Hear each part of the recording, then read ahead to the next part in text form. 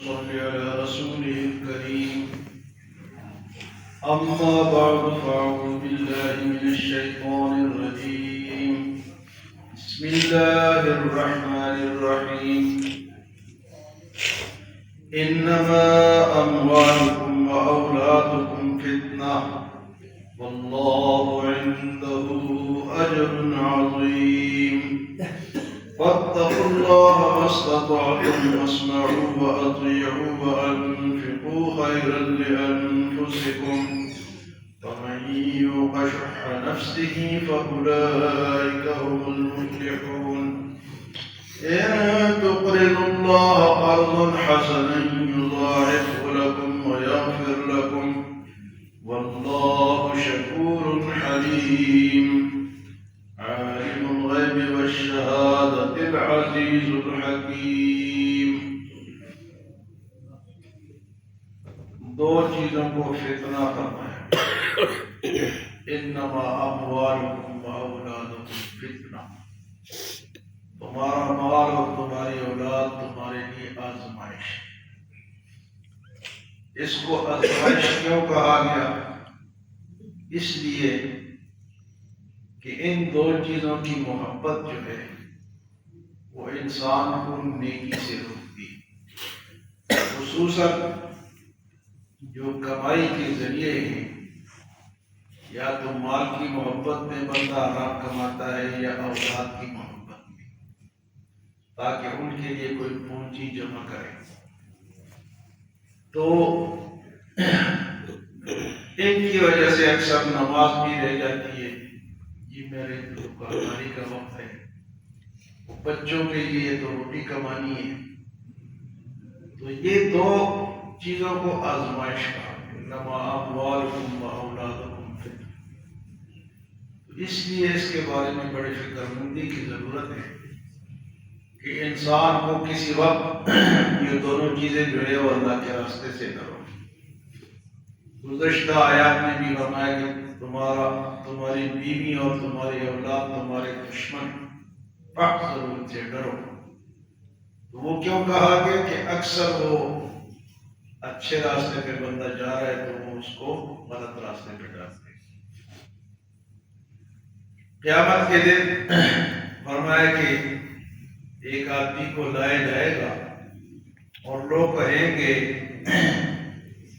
کہ عیالہ یأکل حسنات، العیال یأکل حسنات. اس کے عیال نے تو اس کے نیکیوں کو کھا لیا. وہ نیکیاں کرتا ہے اور ادھر سے وہ اس کو گناہ میں مبتلا کرتے ہیں تو نیکیاں کھائی جاتی ہیں. اور دوسری جگہ فرمایا کہ العیال سوس الحسنات. عیال جو ہے، گھر والے جو ہیں، یہ نیکیوں کے لیے گن ہے. جس طرح گن ہوتی ہے نا، لکڑی کو کھاتی ہے، فصل کو کھاتی ہے، تو یہ انسان کی نیکیوں کو کھاتے ہیں. تو اس فتنے سے انسان نے اپنے آپ کو بچانا ہے. انما اموالکم واولادکم فتنہ واللہ عنده اجر عظیم. اور اللہ کے پاس تو بہت بڑا اجر ہے. اگر اس فتنے سے بچ کے جاؤ گے تو اللہ بڑا اجر دے گا. پھر فرمایا فاتقوا اللہ ما استطعتم. اللہ سے ڈرو جتنی تمہاری طاقت ہے، اتنا تقوی اختیار کرو. فاتقوا اللہ ما استطعتم. تو انسان کو اتنا ہی مکلف بنایا گیا جتنی اس کی طاقت ہے. سورۃ آل عمران میں اللہ پاک نے فرمایا یا ایھا الذین آمنوا اتقوا اللہ حق تقاته. اللہ سے اتنا ڈرو جتنا کہ اس کا حق ہے. صحابہ کرام کا گھبرا کہ اللہ کا حق کون ادا کرے گا، اتنا تو ہم تقوی نہیں کر سکتے. تو اس آیت میں پھر فرمایا کہ اتنا ڈرو جتنی تمہاری طاقت ہے. اتقوا اللہ ما استطعتم. اور فرمایا واسمعوا، اور سنو. یہ سنایا کیوں جاتا ہے؟ سنیں گے تو سمجھ میں آئے گی، اور سمجھ میں آئے گی تو عمل کریں گے. جو لوگ دین کی بات سنتے ہی نہیں. آپ دیکھتے ہیں کہ جمعے کے دن تھوڑی سی تقریر ہوتی ہے اور لوگ یہاں کے پہلے نکل جاتے، ایک لفظ نہیں سنتے. اور قیامت کے دن کیا کہیں؟ وَقَالُوا لَوْ كُنَّا نَسْمَعُ أَوْ نَعْقِلُ مَا كُنَّا فِي أَصْحَابِ السَّعِيرِ. کاش ہم سن لیتے اور سمجھ لیتے، آج ہم جہنم میں نہ ہوں. تو سننا ضروری ہے، سننے کے بعد دل میں بات بیٹھے گی، سمجھ آئے گی. کئی لوگوں کو دیکھا کہ وہ سنتے ہی نہیں. بھائی سنو گے تو سمجھ آئے گا نا، اللہ کی بات یہاں ہو رہی ہے تو ہم سنیں گے، بعد میں سمجھ آئے گی، بعد میں ہم اس پہ عمل کر سکیں گے. فَاتَّقُوا اللَّهَ مَا اسْتَطَعْتُمْ. اتنا اللہ سے ڈرو جتنی تمہاری طاقت ہے. یہ کیوں کہا کہ انسان ہی کمزور ہے. اب اگر وہ کھڑے ہو کے نماز نہیں پڑھ سکتے تو بیٹھ کے پڑھے، اور اسی طرح اگر روزہ وہ بیمار ہے تو بعد میں قضا کر لیں، یعنی جتنی اس کی طاقت ہے. اور دوسری بات ہے کہ سنو، واسمعوا، بات کو سنو، اور جب سنو تو اطیعوا، پھر اس پہ عمل بھی کرو، مانو. اور تیسری بات ہے وانفقوا، خرچ کرو. انسان جو ہے وہ خرچ سے بڑا بتاتا ہے، لیکن یہ پچھلی صورت میں یہ بات گزر چکی ہے. وَأَنفِقُوا مِمَّا رَزَقْنَاكُم مِّن قَبْلِ أَن يَأْتِيَ أَحَدَكُمُ الْمَوْتُ فَيَقُولَ رَبِّ لَوْلَا أَخَّرْتَنِي إِلَىٰ أَجَلٍ قَرِيبٍ فَأَصَّدَّقَ وَأَكُن مِّنَ الصَّالِحِينَ. اس سے پہلے خرچ کرو کہ موت آ جائے، اور جب موت آئے گی پھر کہے گا کہ مجھے تھوڑی سی مہلت ملے، میں بہت صدقہ کروں. فَأَصَّدَّقَ وَأَكُن مِّنَ الصَّالِحِينَ، بہت نیکیاں کروں گا. لیکن فرمایا وَلَن يُؤَخِّرَ اللَّهُ نَفْسًا إِذَا جَاءَ أَجَلُهَا، پھر ایک لمحہ بھی نہیں ملے گا. تو یہاں فرمایا کہ خرچ بھی کرو، تقوی اختیار کرو، سنو، مانو، خرچ کرو. خَيْرًا لِأَنفُسِكُمْ، یہ تمہارے جانوں کے لیے بہتر بات. وَمَن يُوقَ شُحَّ نَفْسِهِ فَأُولَٰئِكَ هُمُ، جو نفس کے بخل سے بچا لیا گیا وہ کامیاب ہے. نفس کا بخل کیا ہے؟ نفس بخیل ہے، یہاں خرچ کرو گے تو پیسے ختم ہو جائیں گے، بچوں کے لیے جمع نہیں ہوں گے، بینک بیلنس نہیں ہوگا. تو یہ نفس کا بخل ہے. صحابہ کرام میں یہ تھا کہ ان کے نفس میں بخل نہیں. پانی لایا، شہید ہو رہا ہے کہ نہیں، مجھے اس کو پلا، اس نے کہا اس کو پلا، اس نے کہا اس کو پلا. یعنی ان کو خود حاجت ہوتی تھی لیکن اپنی حاجت کو چھوڑ کے وہ دین کے لیے خرچ کرتے. اور ہم جو ہیں، ہم اتنے بخیل ہوتے ہیں، بخل جو ہمارے نفسوں کے اندر گھسا ہوا ہے کہ کہیں اچھی جگہ خرچ کرنے کی ہو، کسی غریب پہ، کسی مسجد میں، کسی دینی راستے میں، تو ہم نہیں کرتے. اللہ فرماتے ہیں وَمَن يُوقَ شُحَّ نَفْسِهِ، جو اس نفس کے بخل سے بچا لیا گیا، فَأُولَٰئِكَ هُمُ الْمُفْلِحُونَ، وہ کامیاب ہو. کنجوس ملکی چوس جو ہے نا، یہ اللہ کو پسند نہیں.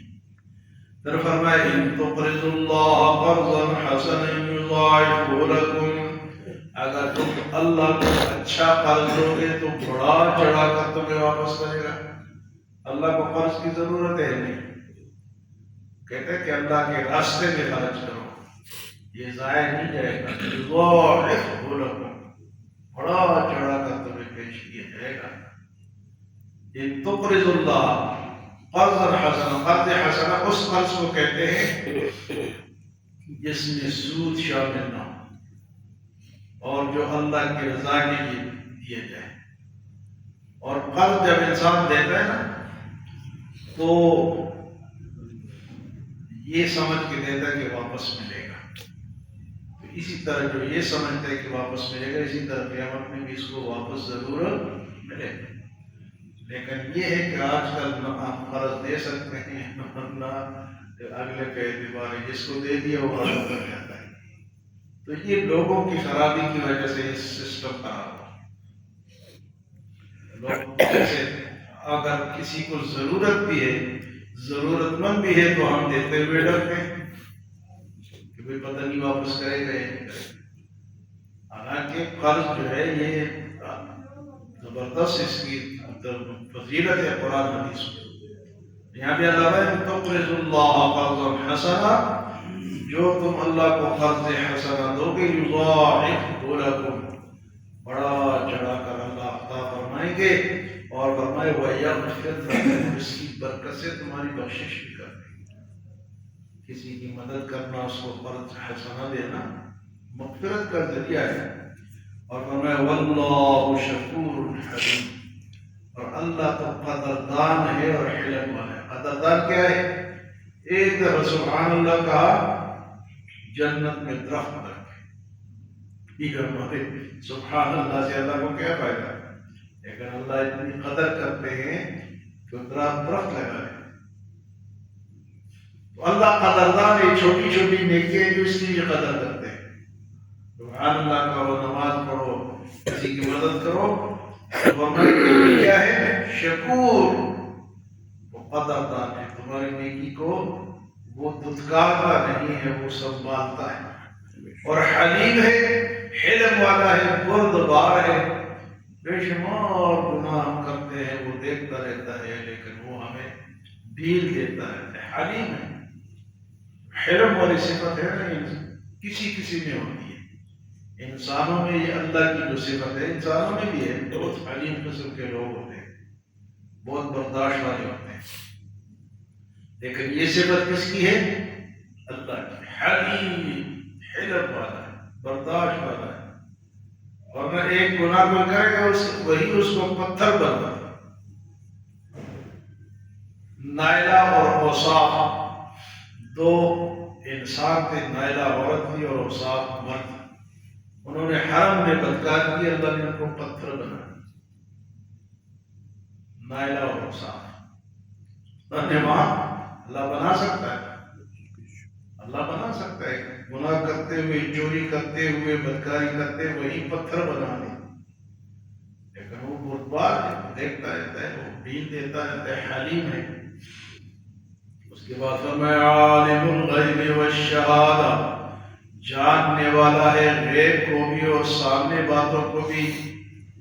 جب غیب اللہ کے ہاں تو غیب کوئی چیز ہے ہی نہیں کہ غیب کو بھی جانتا ہے اور سامنے چیزوں کو بھی جانتا ہے، تو اللہ کے لیے غیب نہیں، غیب ہمارے لیے، جو ہمارے لیے غیب ہے اللہ اس کو بھی جانتا ہے۔ عالم الغیب والشہادہ العزیز الحکیم، اور وہ زبردست ہے۔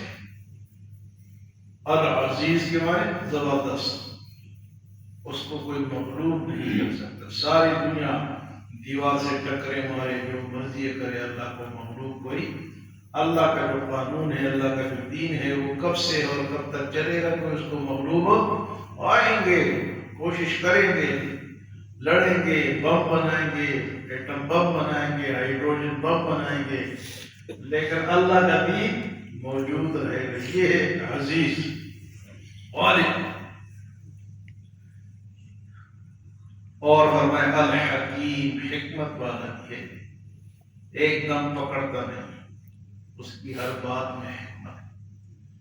تو فرمایا کہ مال اور اولاد فتنہ ہے، اللہ سے ڈرتے رہو، سنتے رہو، اطاعت کرتے رہو، اللہ کے راستے میں خرچ کرتے رہو، نفس کے بخل سے بچو، بخیل آدمی اللہ کو پسند نہیں ہے۔ اور فرمایا کہ اللہ کے راستے میں قرض حسنہ دو گے تو اللہ تمہیں ڈبل ٹرپل واپس فرمائیں گے، اور اللہ شکور ہے اور حلیم ہے، قدردان ہے اور حلم والا ہے، عالم الغیب والشہادہ، اور عزیز اور حکیم ہے۔ اللہ ہمیں عمل اور سمجھ کی توفیق عطا فرمائے۔